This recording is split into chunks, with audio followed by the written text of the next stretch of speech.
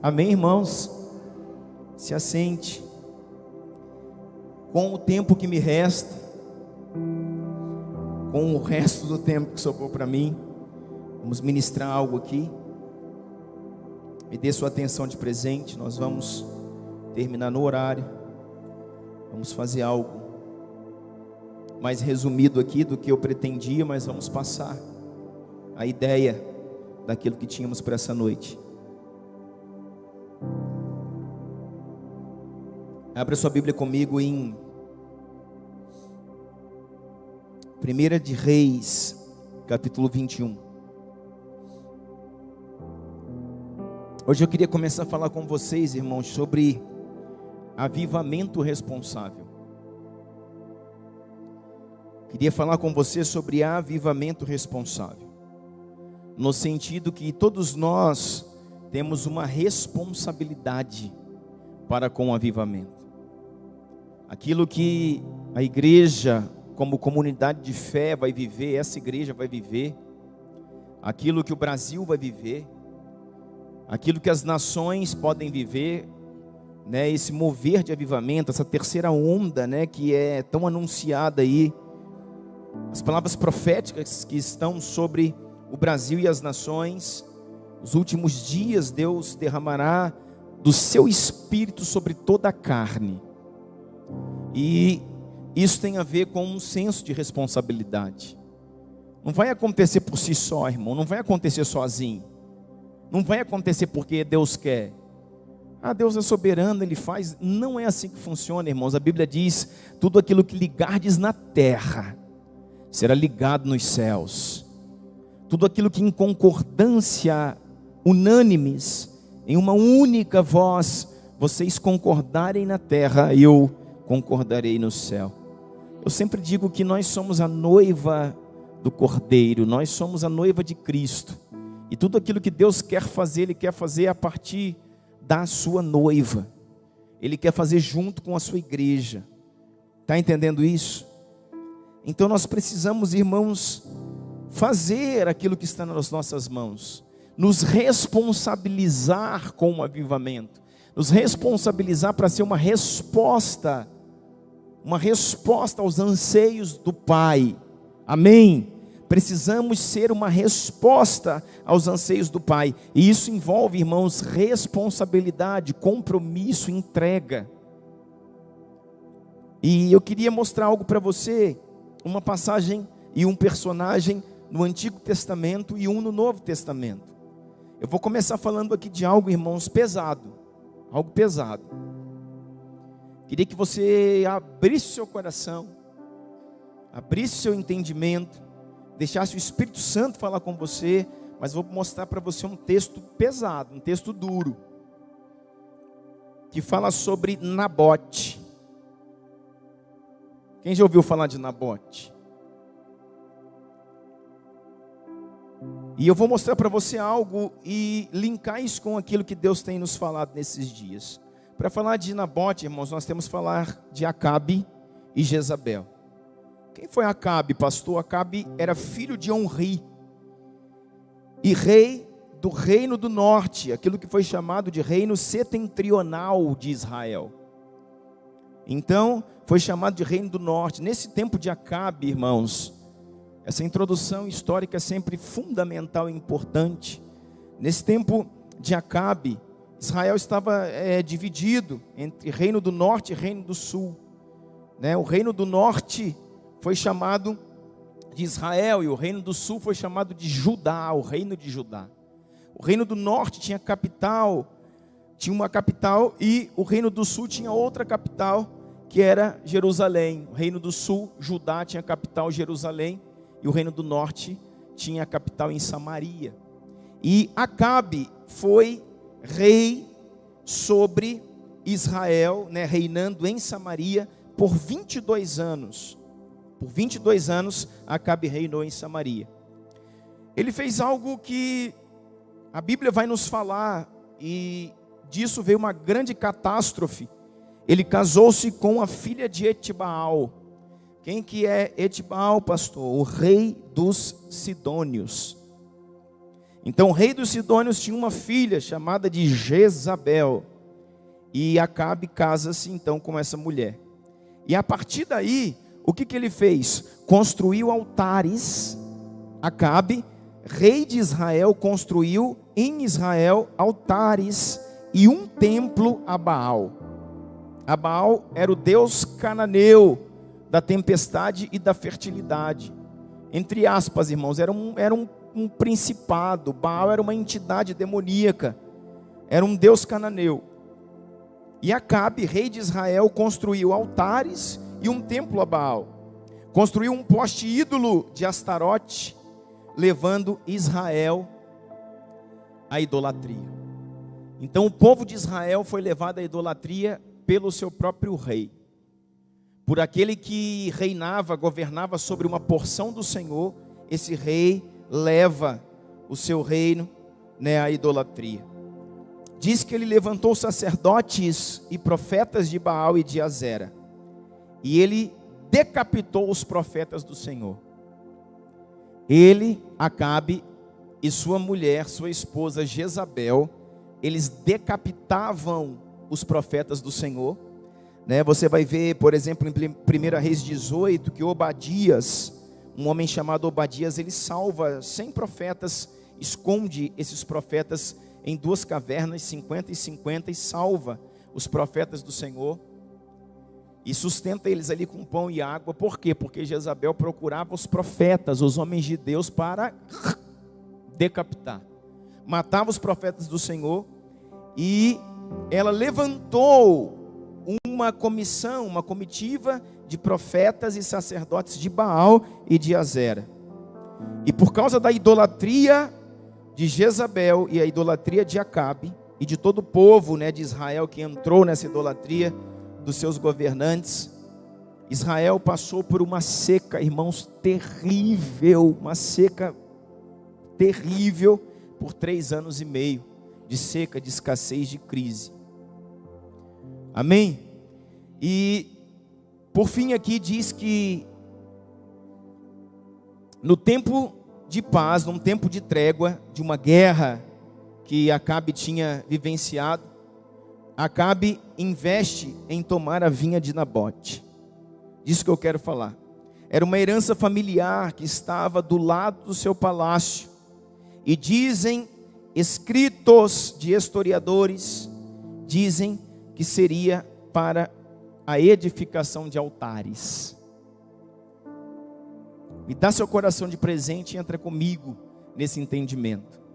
Então, Acabe é rei de Israel.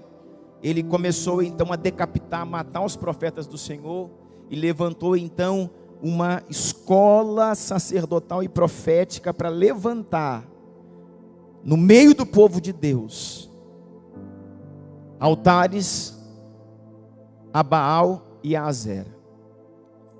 Diz que em todo Israel altares de adoração foram levantados, postes ídolos estavam sendo levantados desses semideuses, Baal e Azera. Imagens de Baal e Azera estavam sendo levantadas em Israel. Olha só, irmãos, que coisa do cão. Pensa em algo maligno Acabe fez. Você vai ver um dos escritos dizendo que Acabe, ele revoltou a Deus, ele indignou a Deus, mais do que todos os outros reis que tinham vindo antes dele. De tanta abominação, de tanta coisa ruim e errada que Acabe tinha feito. E Acabe chegou então a construir um templo de adoração a Baal em Israel. Só que uma coisa interessante, irmãos, eu fico pensando, por que Deus não parou esse homem? Por que Deus, que é soberano, não vai lá e não tira esse homem do poder? E eu quero linkar com aquilo que a gente tem vivido hoje aqui no Brasil. Sabe, a gente vê, irmãos, tanta iniquidade, vê tantos governos desviados, vê tanta coisa errada. A gente vê, irmãos, uma Suprema Corte que nós temos hoje, que faz o que quer, faz, desfaz, resolve, e da cabeça deles eles fazem o que quer. E tanta coisa que a gente vê acontecer, e guarda seu coração aí que eu não vou falar de política não, segura a onda, fica de boa aí. Mas no meio também do povo de Deus, gente que foi levantado para pregar a palavra, para ser um emissário de Deus, envergonhando o nome do Senhor, bagunçando o coreto, fazendo uma bagunça com o nome de Deus, deturpando a palavra, diluindo a palavra, mentindo, irmãos. Nessa semana eu postei que um ensino parcial, irmãos, é um falso ensino. A Bíblia tem que ser pregada por completo, pregada na sua integridade. Se você pregar meia Bíblia, é falso ensino. Um ensino parcial é um falso ensino, e uma meia verdade é uma mentira. Você está entendendo isso? O ensino parcial é um falso ensino, e uma meia verdade é uma mentira. Então tantos homens levantados como homens de Deus, para pregar, desviando gente, pregando mentiras, pregando um evangelho, irmãos, deturpado, adulterado, relativizado. Chega-se a falar que pastores de grandes igrejas que se levantaram nos últimos tempos, é preciso atualizar a Bíblia. Meu Deus, atualizar a Bíblia. A Bíblia, irmãos, não é atrasada, a Bíblia não é moderna, a Bíblia é eterna. A Bíblia é eterna, a palavra de Deus não passará. Diz que passarão os céus e a terra, mas a minha palavra, ela não passará. Como assim atualizar a Bíblia? Então, no meio da política, no meio da economia, no meio das autoridades, no meio dos governos, nos governos políticos, econômicos, nos governos eclesiásticos, tanta gente, irmãos, como um Acabe, fazendo aquilo que Deus abomina. Irmãos, homens que afrontam Deus de peito aberto. É afrontar Deus de peito aberto. Você, irmãos, trabalhar pelo aborto é afrontar Deus de peito aberto. É chamar Deus, pode vir. O Senhor fala que não, mas eu falo que sim. Eu tenho poder aqui no Brasil para resolver. É afrontar Deus de peito aberto, irmãos. E eu não queria, irmãos, estar na pele de um homem desse. Quando vier de fato a ação do Senhor sobre determinadas coisas, porque, irmãos, pode tardar, mas não falha. Quando chegar o momento, irmãos, Deus põe os pingos nos is, Deus resolve as coisas, você está entendendo? Então, irmãos, e contra a criança, e contra a vida, irmãos, é afrontar Deus de peito aberto. Falava com a Karine esses dias, com a minha esposa conversando, eu falava assim, gente, as coisas espirituais são muito delicadas, né? Sabe, a gente conhece famílias, nós conhecemos pessoas, irmãos, que tocaram na herança do Senhor lá atrás. Tocaram na herança do Senhor lá atrás. Macularam o evangelho, tocaram na criança, tocaram no adolescente, sabe, favoreceram que pessoas fossem ao pecado, fossem ao inferno, e aí se converteram, ou já eram até convertidas, ou pensavam que eram, né, convencidas. Mas depois agora entenderam, entraram no rio de Deus. Mas é um monte de coisa, irmãos, é um emaranhado que não se acerta. E eu falava com a Karine assim, sabe, Deus, Ele é Deus. A coisa é muito séria. Sabe, irmãos, Deus não é homem para que minta. Deus não, sabe, Ele não toma, irmãos, o culpado por inocente. Deus é amor, Ele é amor. Mas Deus, irmãos, não deixa de estabelecer sua justiça. E sabe de uma coisa? Não é para você ficar com medo de um Deus, né, que julga, de um Deus terrorista, não, irmão. Não é para você ficar com medo, não. É para você ter muita responsabilidade naquilo que você faz, nos seus atos. Porque, irmão, não tem jeito. Tudo que o homem plantar, ele vai colher. Não adianta. E depois a gente se arrepende do pecado, a gente entra, o sangue de Jesus vem, a misericórdia vem, Deus nos perdoa, a gente ia para o inferno, agora não vai mais, agora a gente já recebeu a salvação, porque pelo sangue de Jesus eu fui perdoado. Mas a consequência, irmão, até a consequência passar, irmão, eu lido com pessoas o tempo inteiro, eu e a Karine, a gente fica conversando isso às vezes na hora de dormir. Ser pastor é complicado, irmão. Você tem o seu problema, o problema da sua família e o problema de 300 irmãos. Tudo na cabeça da gente. E a gente fica falando, mas e o fulano, e o ciclano? Mas já não passou tanto tempo daquilo lá, e eles já não se arrependeram, e eles já não pagaram, mas as coisas, não acertam. Por quê, irmão? Vai acertar, permanece, fica firme, creia. Mas, irmãos, tem consequência. A coisa é séria. O que eu estou querendo falar para você? Esse Acabe, homem miserável. Esse Acabe era um homem que liderava o povo de Deus, a nação de Deus, Israel. E ele começou a decapitar profeta.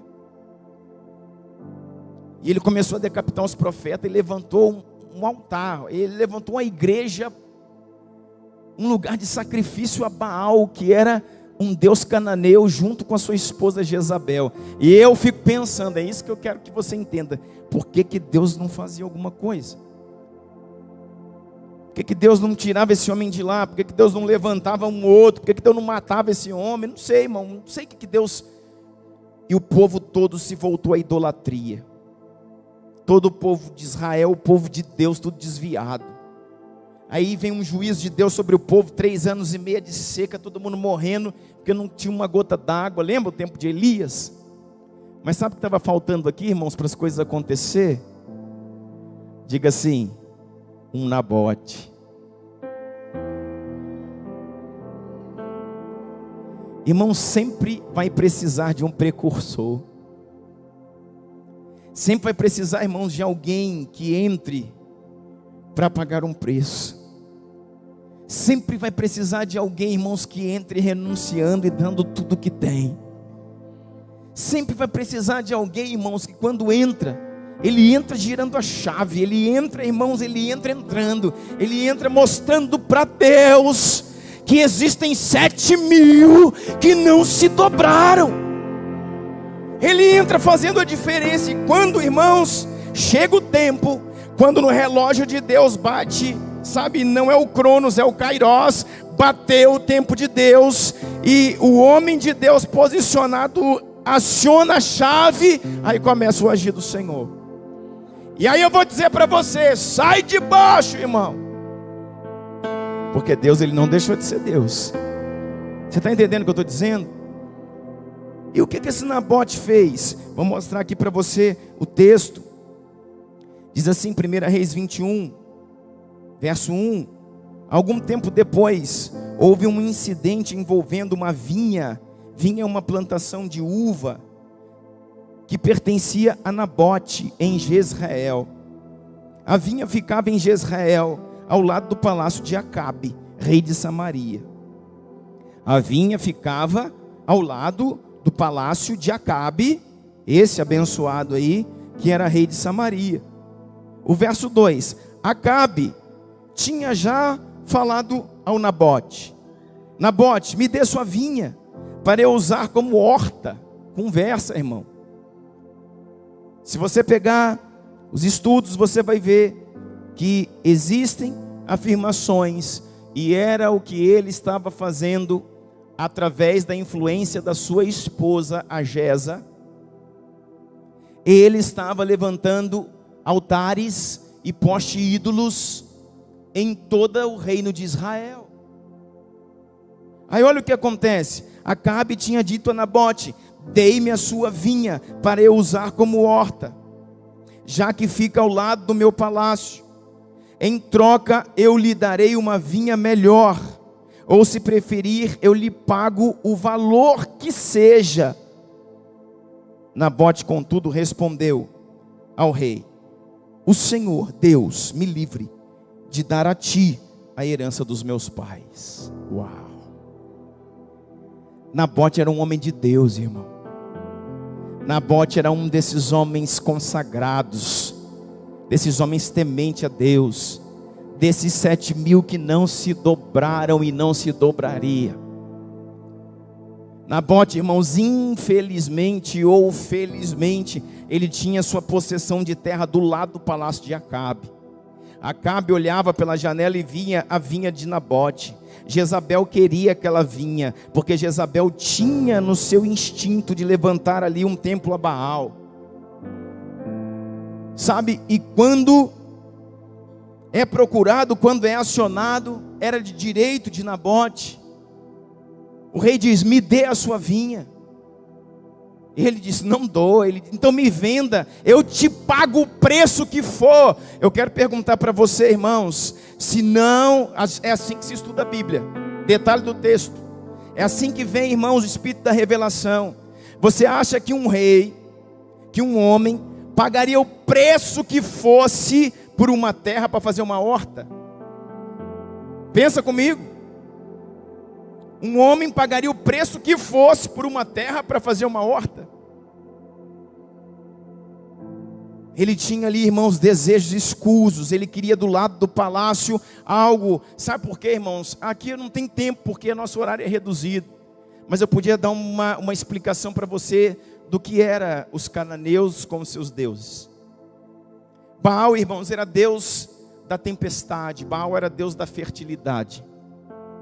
Era por adoração a Baal que a chuva vinha. Era por adoração a Baal que os campos produziam. Era por adoração a Baal que os rebanhos, davam as suas proles.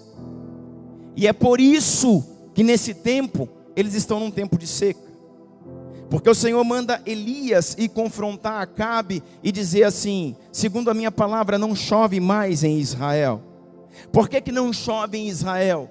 Para que Deus pudesse mostrar a Acabe, o rei da tempestade, o Deus da tempestade, o Deus da fertilidade, não é Baal. O Deus da fertilidade sou eu. Era como se o Senhor estivesse falando: peça a Baal para liberar os céus, peça a Baal para liberar a produção nos campos, peça a Baal para fazer os rios correrem, peça a Baal. Lembra quando Elias foi edificar o altar que estava em ruínas? Eles foram lá para cima do Carmelo. E então falou aos profetas de Baal e de Azera: clamem por Baal, fale para que Baal os responda. E nada, irmãos, nada. Elias ainda escarneceu deles, dizendo: o Baal deve estar dormindo, deve ter viajado, deve estar tirando uma soneca. Gritem mais alto para que Baal possam ouvi-los. Mas Baal não os ouviu. Mas quando chegou a vez, irmãos, de Elias, ele levantou as mãos do céu e disse: Deus que responde com fogo, Deus de Abraão, de Isaac e de Jacó, Deus da tempestade, Deus do fogo, responda-me agora. Irmãos, e o altar foi consumido com fogo que lambeu até as pedras e a água. Deus estava mostrando algo para eles. Então o que eu quero mostrar para você? Um lugar onde eles queriam levantar um templo a Baal, e Nabote diz: aqui não, na minha possessão não. Eu não darei para vocês a herança dos meus pais. Meus pais cultivaram essa terra, meus avós cultivaram essa terra, meus avós passaram para os meus pais passaram para nós, os meus filhos comem dessa terra. Essa terra adora a Jesus, adora ao Senhor. Nessa terra se adora a Deus, a Yahvé, o Deus Criador. E ela nunca será, enquanto eu viver, uma porção de consagração a um principado. Você está entendendo isso? Irmãos, isso é avivamento responsável. Isso é responsividade. Isso é resposta de uma geração que corre riscos, mas que não se dobra. Isso era, irmãos, o kairós de Deus batendo, um tempo profético sinalizando, e na terra alguém entrando numa lacuna aberta dizendo: eu estou aqui, vou girar a chave. E quando, irmãos, Nabote gira a chave, ele derrama seu próprio sangue, irmão, na terra. O sangue inocente de Nabote verte a terra. E quando bate o relógio de Deus, tim! O Senhor falou: é o tempo. O sangue de Nabote toca a terra. O Senhor falou: levante o profeta Elias, é hora de eu agir. Não mudou a forma de Deus agir. Os tempos mudaram, mas Deus continua se movendo de forma profética e com homens geracionais, com homens responsivos, com homens que são a resposta do céu para a terra em um determinado tempo. Não mudou a forma de Deus agir.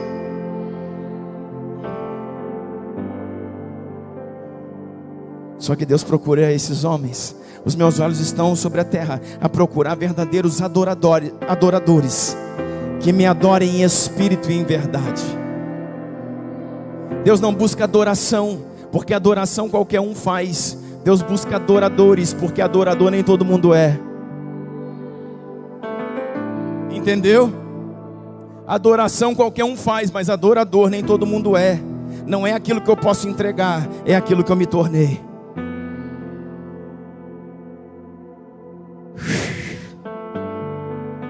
Irmãos, eu estou pegando fogo aqui, só que eu tenho que me controlar, porque eu estou no culto de domingo, não é no Café da Aliança. Mas o Senhor me falava nessa tarde, eu falava para a Karine, eu sei, alguma coisa vai acontecer lá, eu não vou ter muito tempo para falar. E sabe de uma coisa? Diz o texto aqui, que vai seguindo, olha aqui, vai dizer assim, olha só o que essa mulher faz.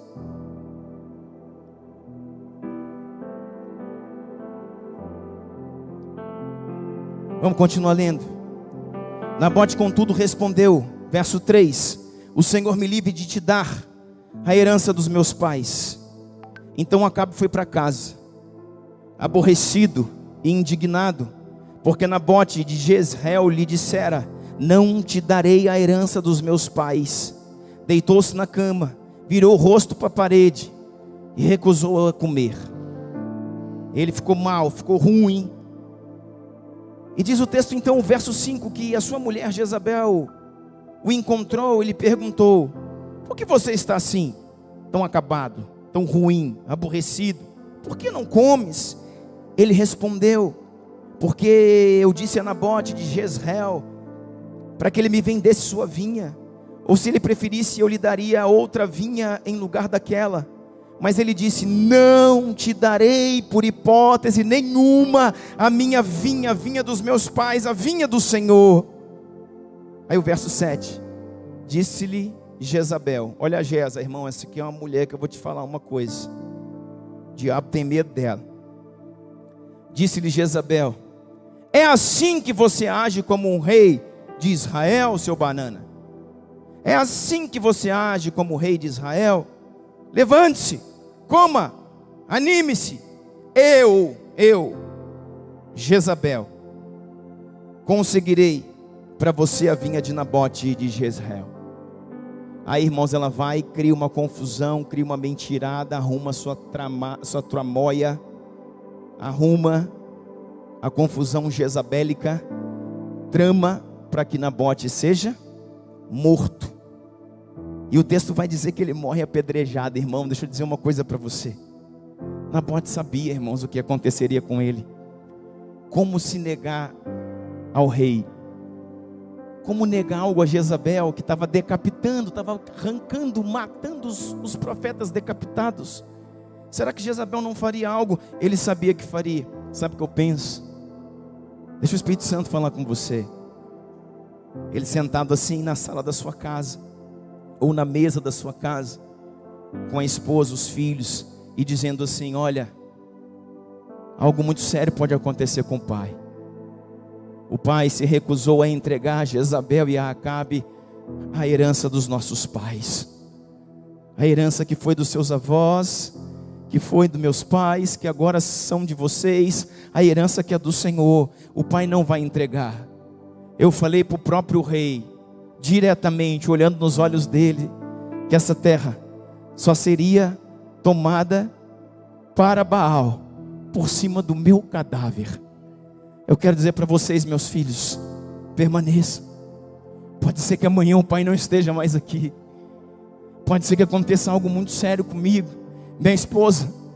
Pode ser que eles tramem alguma coisa, pode ser que eles tramem contra a minha vida, que eles tirem a minha vida, mas eu quero dizer para vocês: continuem honrando a esse Deus, continuem crendo nessa palavra, continuem dando o que tem e o que não tem, para permanecerem. Não negociem o inegociável, sejam sérios com Deus, não se brinca. A sua palavra é eterna, e tudo aquilo que a gente semeia, a gente colhe, e as consequências das nossas atitudes, elas serão visitadas para o bem e para o mal. Permaneçam. Você está entendendo isso? Sabe o que acontece, irmãos? Vou mostrar para você, o texto vai dizer aí, 14. Então mandaram informar a Jezabel: Nabote foi apedrejado e já está morto. Jezabel se incumbiu, irmãos, de apedrejar o Nabote. Eu penso Nabote, irmãos, caindo, ajoelhando, com suas mãos erguidas, parecendo Estevão em Atos dos Apóstolos, recebendo suas pedras, suas pedradas, olhando para o céu, e a vinha, irmão, sendo manchada com o seu sangue. Sabe o que é isso, irmãos? Um precursor. Sabe o que é isso, irmãos? Um profeta que não se dobrou. Sabe o que é isso, irmãos? Um cristão para este tempo de verdade. De verdade. Sabe o que eu quero dizer para você? Para que você não saia daqui tão alarmado e com tanto medo. Eu penso que ainda não é o nosso tempo, a nossa geração, de morrer por Jesus. Não é. O tempo, irmão, se abrevia, mas não está tão próximo assim. Pelos sinais, existem algumas coisas ainda a se cumprir. Não é a nossa geração ainda que morrerá por amor ao Evangelho. Mas eu quero dizer uma coisa para você. Não pense em morte física, em apedrejamento, em espada, isso e aquilo, como aconteceu aqui com Nabote, como acontece em países comunistas, como acontece, irmãos, no Afeganistão, como acontece em parte da África, como acontece na Coreia do Norte, como acontece em lugares onde o Evangelho é proibido. Não pense nisso ainda não. Você podia até pensar, mas não é isso que eu quero que você pense. Não pense numa perseguição física, numa morte física. Pensa, irmãos, simplesmente num posicionamento que você tem que ter. Irmão, nas pequenas coisas que não custam nada para nós, a gente dizer: eu vou ficar com Jesus, eu vou abrir mão desse lugar, eu vou abrir mão dessa mesa, eu vou abrir mão desse trabalho, porque isso não glorifica o nome do Senhor. Eu vou abrir mão dessa companhia, porque isso me leva mais a pecar do que a ser cheio do Espírito Santo. Eu vou abrir mão dessa relação, porque eu vejo que Deus não está movendo aqui. É isso que eu estou dizendo, nas pequenas coisas. Irmãos morreram pelo Evangelho, e hoje, nos tempos de hoje, continuam morrendo pelo Evangelho.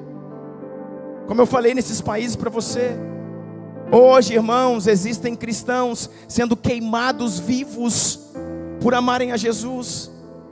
Não é lá no Coliseu não, irmãos, no tempo de Cristo lá. Não é lá no tempo do Império Romano não. Estou falando hoje, existem cristãos sendo queimados, existem cristãos sendo fuzilados em países árabes, em países muçulmanos. Hoje, filhos assistem à morte dos filhos, pais assistem à morte dos filhos, a morte da esposa. Negue o seu Deus hoje. E sabe o que eu estou falando para você, irmãos, de um avivamento responsável. Eu não sou nem louco de pedir para você, a Bíblia pede, mas eu não vou convencer você a morrer por Jesus, morrer de fato, fisicamente. Eu estou pedindo só para você, como seu pastor, deixa só o eu morrer um pouquinho. Só o eu morrer um pouquinho, só a vaidade morrer um pouquinho, só o achismo, eu acho, eu penso. Não pensa nada não, varão. Para de pensar demais, de achar na minha análise. Não analisa nada não, a Bíblia já analisou para você. Simplesmente obedeça. Para de analisar, para de pensar, obedeça. Obedeça. Entenda de batalhas espirituais, entenda, irmãos, de movimentos proféticos. Entenda, irmãos, de uma colisão, irmãos, espiritual que está acontecendo nessa nação. Nós precisamos dar uma resposta de Deus para a terra. E eu não sou nem dor de pedir para você morrer por Jesus, não. Eu só estou pedindo para você renunciar só um pouquinho. Essa morte aqui de Nabote fala de uma morte que nós cristãos temos que ter para virar a chave. E graças a Deus, a morte que nós precisamos ter hoje no Brasil não é uma morte física. Para muita gente lá no Oriente Médio é morte física. Eles já estão lá. Vai chegar aqui. Creio que não logo, em nome de Jesus. Mas nós precisamos ter uma morte também. E a nossa morte, irmãos, é morte do eu. É morte da vaidade. É morte do racionalismo, do humanismo. É morte da falta de entendimento. É entrar em lugares e falar, no mínimo, Deus, o que eu faço? Como é que eu honro o Senhor nesse dia? O que eu faço, Deus, para poder honrar o teu nome? Para poder, sabe, ver o teu sorriso, para que o Senhor se alegre com a minha vida. É olhar lá atrás, irmãos, o que fizemos, que desonrou o Senhor, que destruiu famílias, que acabou com casamentos, que defraudou filhos, que defraudou filhas. Você não tem que ser racional, você tem que honrar diante de Deus. Você tem que honrar diante de Deus. Enquanto, irmãos, uma carapaça não for quebrada, enquanto o Senhor não olhar dentro de você e você chegar onde você precisar, irmão, chaves não serão viradas. Sabe onde? Na sua casa, na sua família, na sua igreja, na sua nação. E vou dizer, nós precisamos uns dos outros. Enquanto meu irmão está preso lá, eu consequentemente sou preso aqui. Sabe por quê? Um corpo, irmão, só anda todo junto. Ele vai andando, ó. Minha mão anda junto com a outra, que anda junto com o pé, que anda junto com a cintura. O meu braço não vai embora, irmãos, e o meu pé fica aqui não. Nós somos corpo de Cristo. Se o pé está preso lá, a mão também está presa aqui.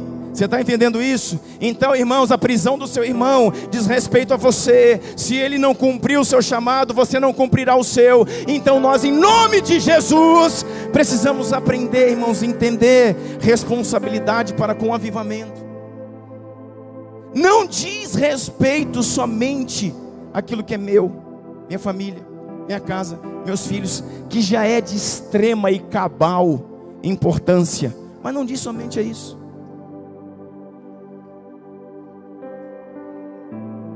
Nós temos irmãos que tenho falado isso com os homens lá em cima. Nós temos que mudar a nossa identidade. Nós temos que assumir o nosso novo nome. E assumir um novo nome é sentir, irmãos, nojo.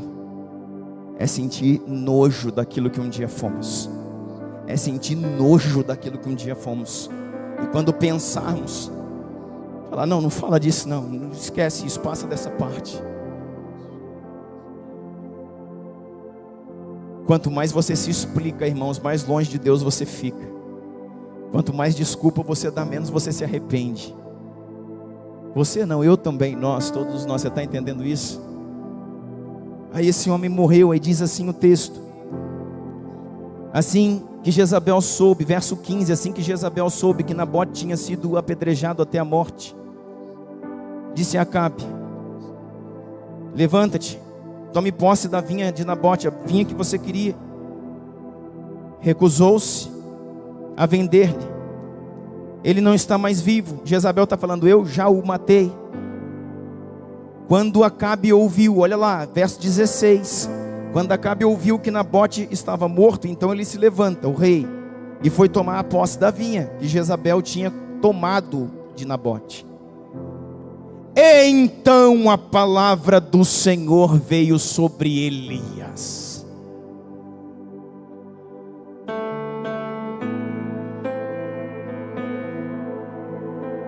É isso aqui, ó, que precisa acontecer. Então a palavra do Senhor veio sobre Elias. Até então não tinha vindo. Sabe quando a palavra do Senhor vai vir sobre o Brasil?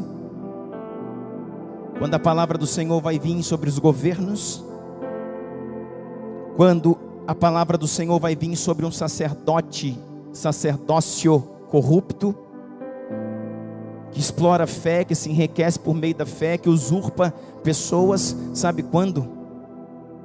Quando o sangue de Nabote for derramado. Você está entendendo isso? E vou repetir para você. Não sei se você entendeu ainda, mas o Nabote dessa história é você. O Nabote sou eu. E vou repetir de novo: nós não vamos, irmãos, em nome de Jesus, em nome de Jesus, nós não vamos, irmãos, verter o nosso sangue físico. Não chegou para nós ainda, vou repetir, já chegou lá, em outras nações. Tome juízo. Aqui, nós não vamos derramar sangue físico, para que Deus possa tocar na nação, não. Sabe o que é, irmãos, o sangue de Nabote? Sabe o que é o sangue de Nabote tocar na terra? É o seu joelho tocar na terra, é o seu jejum tocar a terra, é a sua oração tocar a terra, é a sua adoração, Marcelo, tocar a terra. É uma comitiva profética de adoradores e intercessores da nação brasileira se levantarem e dizerem: Deus, nós renunciaremos no que for preciso. Abrimos mão da vaidade, abrimos mão do interesse, abrimos mão da corrupção, abrimos mão do achismo, abrimos mão das amizades, abrimos mão do que o Senhor quer que seja feito, para que a tua mão venha sobre a nação e gire a chave do avivamento dos últimos dias. Sabe o que é isso? É o sangue de Nabote. E Deus dizendo: agora eu cheguei onde eu queria. Deus vai fazer sozinho? Por que Ele não tocou em Acabe? Por que Ele não tocou em Jezabel? Porque Nabote não tinha morrido. Deus esperava um relógio. Bateu o tempo profético. Então Deus sempre tem um tempo. O tempo profético bateu. E agora Deus vai ver o modo. Tempos e modos. Como é que é o modo de Deus? Só gira a chave, irmãos, quem tem autoridade. Só gira a chave, irmãos, homens que não se dobraram. Homens de renúncia. Um homem teve que morrer para isso. Aí olha só. Vamos lá, vou ler para você. Quando Acabe, já li isso aqui. Então a palavra do Senhor veio ao tesbita Elias. A palavra do Senhor veio ao profeta, 17. E o 18, olha o que Deus falou para ele: vá, encontre-se com Acabe, o rei de Israel, que reina em Samaria. Agora ele está na vinha de Nabote, para tomar posse dela. Ele está lá na vinha de Nabote. E o Senhor falou para ele: vai lá e acaba com a festa dele. Elias há muito tempo estava escondido, porque a cabeça de Elias estava a prêmio. A cabeça do profeta está sempre a prêmio. A cabeça de Elias estava a prêmio, o profeta Elias. Acabe procurava ele para matá-lo, ele estava escondido. Mas agora, a palavra do Senhor vem sobre Elias, e o Senhor fala para Elias: vai lá, encontra Acabe, o rei, na vinha de Nabote. E olha o que acontece na vinha de Nabote. 19. Diga-lhe: assim diz o Senhor. Quem é que diz? O Senhor. Você assassinou um homem e ainda se apossou da sua propriedade. E acrescentou: assim diz o Senhor: no local onde os cães lamberam o sangue de Nabote, lamberão também o seu sangue. Isso mesmo, o seu sangue. 20. Acabe disse a Elias: então você me encontrou, meu inimigo. E o profeta diz ao rei: eu o encontrei. Ele respondeu: porque você se vendeu para fazer o que o Senhor reprova. E ele falou: vou trazer a desgraça sobre você, devorarei os seus descendentes, eliminarei da sua família todos do sexo masculino em Israel, sejam escravos ou livres. E aí ele começa, irmãos, a liberar um decreto que eu não vou nem ler para você. E eu falei, irmãos, que era chumbo grosso. E não é a minha palavra não, é a de Deus. Tem coisa, irmãos, que infelizmente na Bíblia a gente não quer ler, mas está lá. E é a palavra de Deus, não é a minha. Não fui eu que coloquei esse texto aqui, não. E é um texto que a gente não quer falar. Eu não queria falar, ainda mais num domingo. Mas o Senhor me falou hoje: responsabilidade, filho, para com o avivamento. Avivamento tem a ver com o que o Brasil vai fazer nos últimos dias. O Brasil vota nos últimos dias, nos próximos dias. A igreja avança nos próximos dias. O Brasil proclama como intercessores, como adoradores. Tenha juízo. Você está entendendo isso? Entenda, irmãos, que homens morreram para que a glória de Deus pudesse repousar sobre lugares, sobre territórios. Deus continua levantando nabotes, homens que vão diante da sua família, da sua casa, e dizem para a família: oramos aqui agora, em cima aqui, eu e a minha casa. Fizemos um pacto aqui no altar do Senhor, diante do vinho e do pão. Daremos a nossa vida pelo Evangelho. Não renunciaremos à tua palavra, Senhor. Pregaremos o teu amor até que o Senhor venha. Eu não abro mão, irmãos, dos meus filhos serem pregadores do Evangelho. Ah não, meu filho não. O filho de outro pode ser. O meu é pregador do Evangelho. Não, você não pode escolher. O meu, irmão, fala isso para a sua casa. O meu é pregador do Evangelho. E ele pode ser. Aí eu não estou falando que ele tem que ser só. Eu não sou só pregador do Evangelho. Eu tenho uma profissão.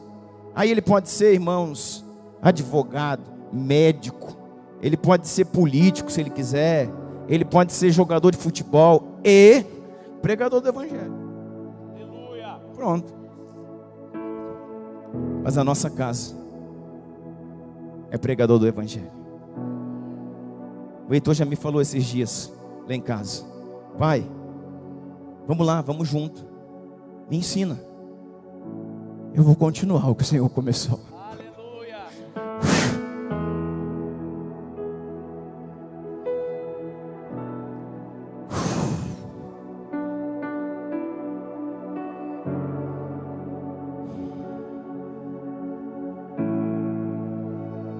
Diante outros deuses, mas existem aqueles que não se dobraram diante outros deuses.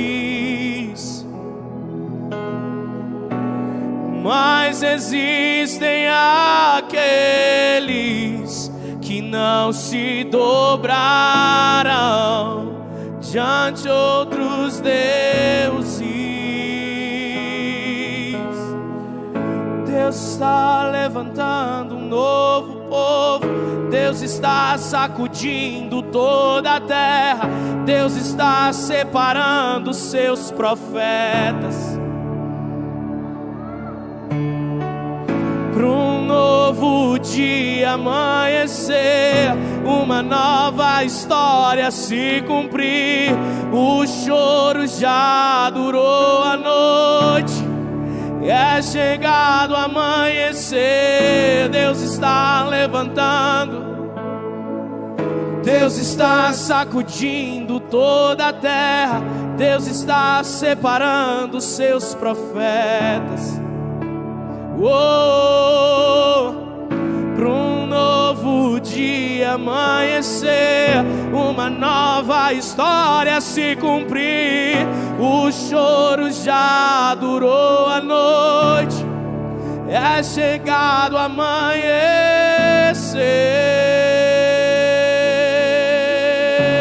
Ah, Jesus, nos ajuda, Pai. Nos ajuda, Pai. Meu Jesus, o que é que o Senhor resolveu fazer nessa noite, Deus?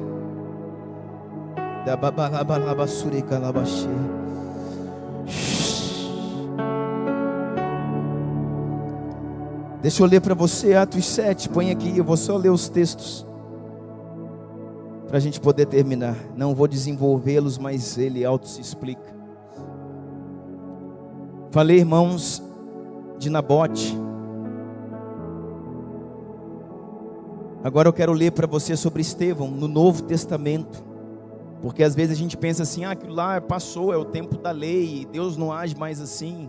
Tá bom, vou ler para você o tempo da graça. Atos 7:54. Estevão era um homem de Deus, um menino novo, cheio de fé, cheio de esperança, amava Jesus. Ele era um diácono e também era um evangelista. Ele pregava o evangelho para todo lado, fazendo milagres, fazendo maravilhas, ganhando um monte de gente. E disseram, vamos acabar com a vida dele, tem que acabar com esse Estevão. Tem que acabar com esse Estevão, porque ele está falando muito desse Jesus, ele está pregando muito cristianismo, muita gente está sendo alcançada pelo seu ministério de milagres.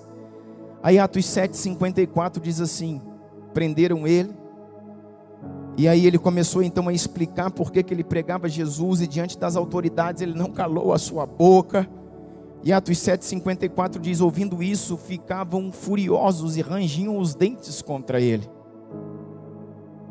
Mas Estevão, cheio do Espírito Santo, levantou os olhos para o céu.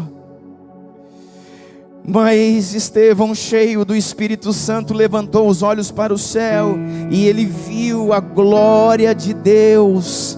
Ele viu os céus abertos, e Jesus estava de pé. Jesus estava de pé à direita de Deus.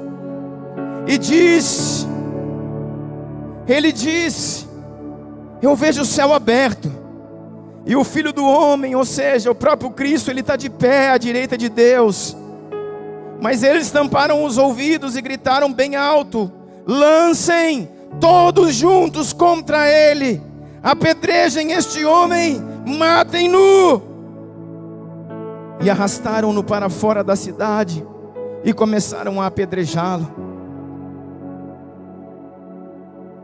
Arrastaram para fora da cidade e começaram a apedrejá-lo. Agora veja o detalhe do texto. As testemunhas deixaram suas roupas, seu manto, aos pés de um jovem chamado Saulo. Escuta isso, irmão, escuta isso. Enquanto apedrejavam Estevão, enquanto ele era massacrado, enquanto as pedras cravavam a sua cabeça, o sangue era derramado, este orava bem alto dizendo, Senhor Jesus, recebe então o meu espírito. E então caiu de joelhos e bradou, Senhor, não considere os culpados deste pecado. E dizendo isso, adormeceu. Meu Deus. Irmãos, deixa eu dizer uma coisa para você.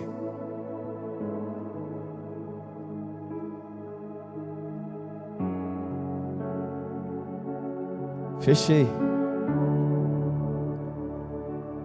Deixa eu dizer uma coisa para você. Sabe quem tinha mandado apedrejar esse menino? Era um menino, era um rapaz. Saulo. O Saulo de Tarso.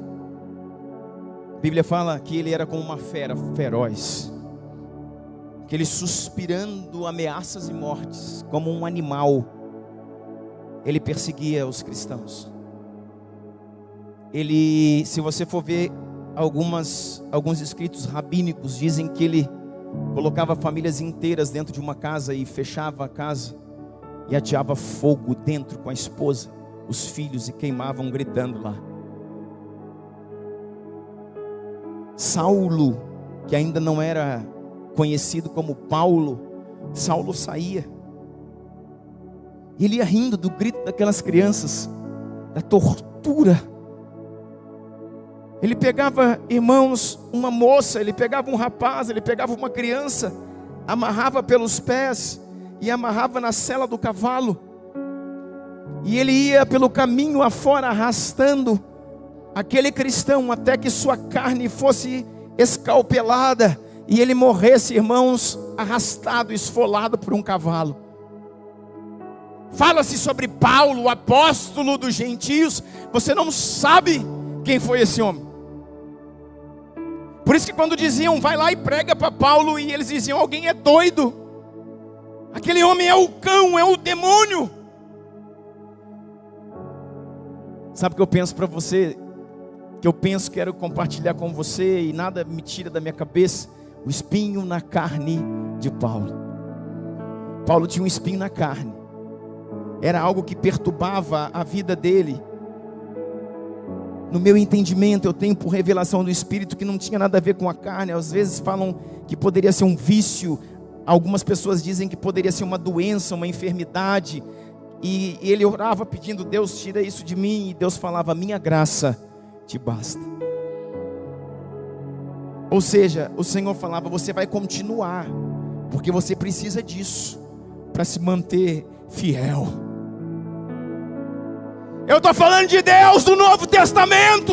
Eu estou falando de Deus da Nova Aliança. Eu estou falando de Deus da misericórdia, de Deus do amor, dizendo para um homem: se eu for bom com você, eu te perco. Se eu for bom com você, eu perco a sua alma para o inferno. Me importa que você tenha um espinho na carne e seja salvo para a glória de Deus. Para de reclamar, para de choramingar, para de dizer isso, aquilo está na sua vida, porque você precisa disso para se arrepender. Você precisa disso para ser melhor do que é. Você precisa disso para deixar de ser o traste que eu fui, o traste que você foi lá atrás, pecador, usurpador, mentiroso, canalha. Você precisa disso aí que está passando hoje, para que você nunca pare de se arrepender, para que você nunca deixe de esquecer, para que você sempre lembre dos caminhos que você passou.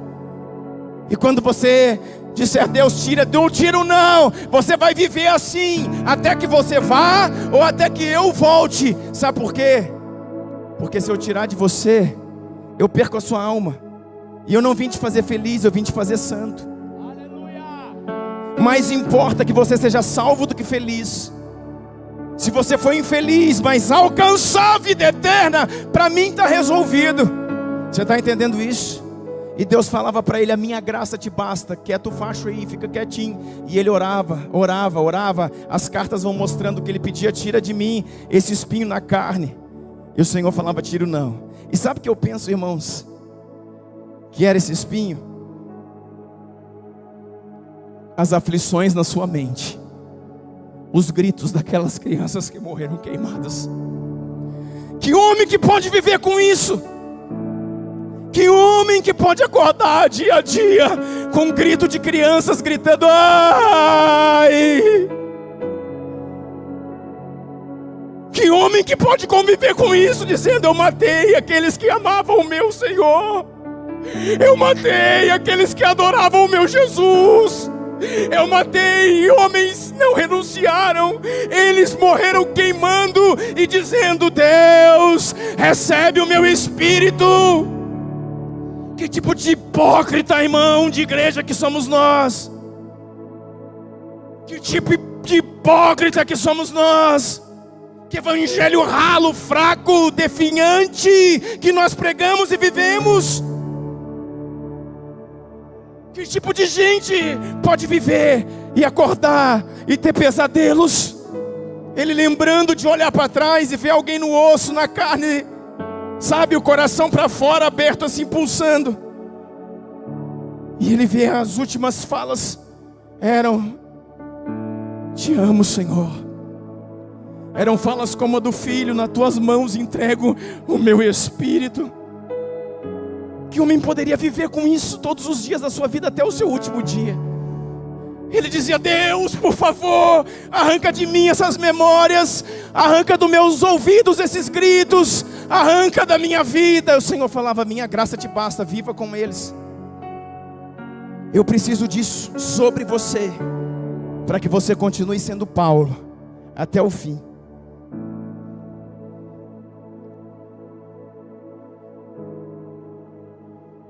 Se Deus vê, irmãos, minhas últimas falas aqui, se Deus vê que algo não pode ser tirado da sua vida, para que você não se perca, isso vai permanecer. Por isso te cuida, cara. Te cuida. Sabe por que eu estou falando de Paulo? Ué, a pregação não era de Nabote e de Estevão? Paulo foi o maior pregador, irmão, do Novo Testamento. Paulo, só ele fez mais do que todos os discípulos de Cristo junto. Sabe para que Estevão morreu? Porque quando o Estevão morre, aqui ó, ele está aqui apedrejado, está me filmando aí?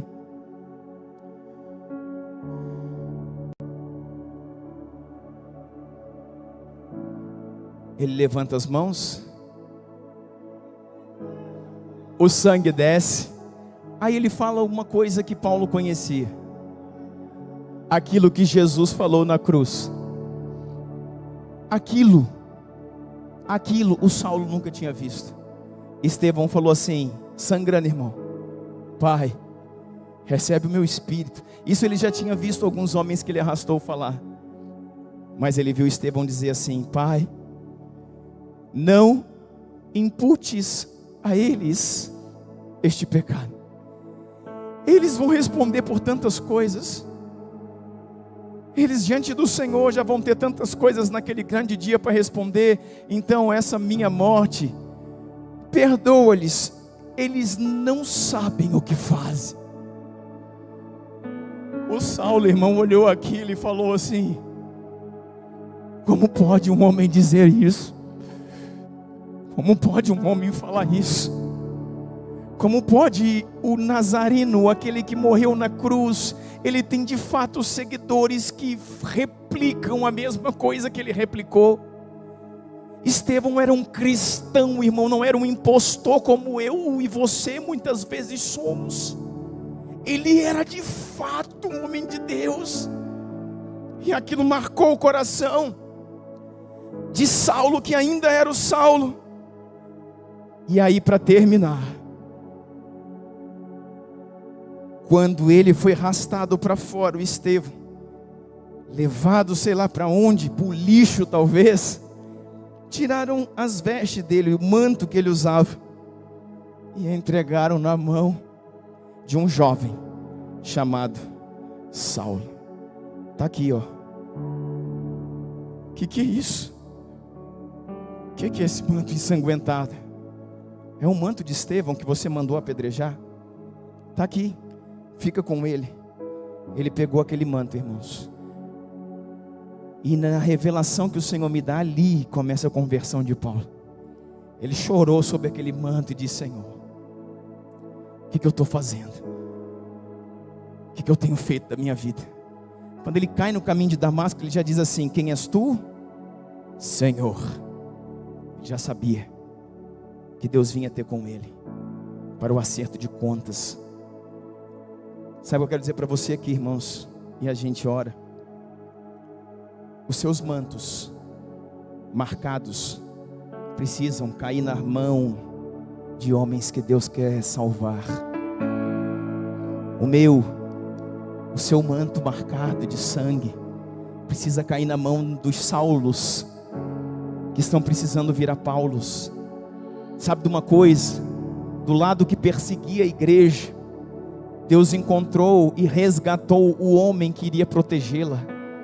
Está cheio de gente lá fora, matando, roubando, destruindo, acabando, prostituindo, adulterando, fornicando, pintando sete. Está cheio de gente lá fora que é Saulo. Mas sabe o que precisa?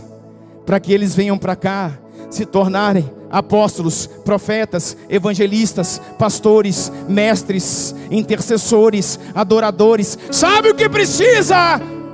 Que o seu manto de sangue pare na mão deles. Que o meu manto de sangue pare na mão deles. Você está entendendo isso? E eu penso que, falar de novo, você ainda não vai precisar derramar seu sangue de verdade, não. O seu manto de sangue, irmão, são as suas escolhas, as suas renúncias. Eu vou morrer na minha vontade, eu vou morrer no meu desejo, eu vou morrer nas minhas ações erradas para que outros possam viver. o pastor falou e nunca mais isso vai sair da minha cabeça. Eu preciso entregar o meu manto de sangue na mão de alguém. Alguém vai pegar aquele manto e vai falar: cara, foi porque um, foi porque outro, foi porque o Wellington, foi porque o Luiz, foi porque o Marcelo, foi porque o Léo, foi porque o Natão, o pastor Marcos, foi porque o Danilo. Você está entendendo isso? Foi porque eles renunciaram, foi porque eles oraram, foi porque eles pagaram um preço pela minha vida ao manto de sangue. Foi pela atitude deles, a renúncia deles, a oração deles, a insistência deles, que eu hoje estou aqui. Eu não sou mais um Saulo, hoje eu sou Paulo, e tenho na minha mão um manto de sangue de um homem que pagou um preço de verdade para que eu estivesse aqui. Não vai custar pouco, e nem muito, vai custar tudo. Amém?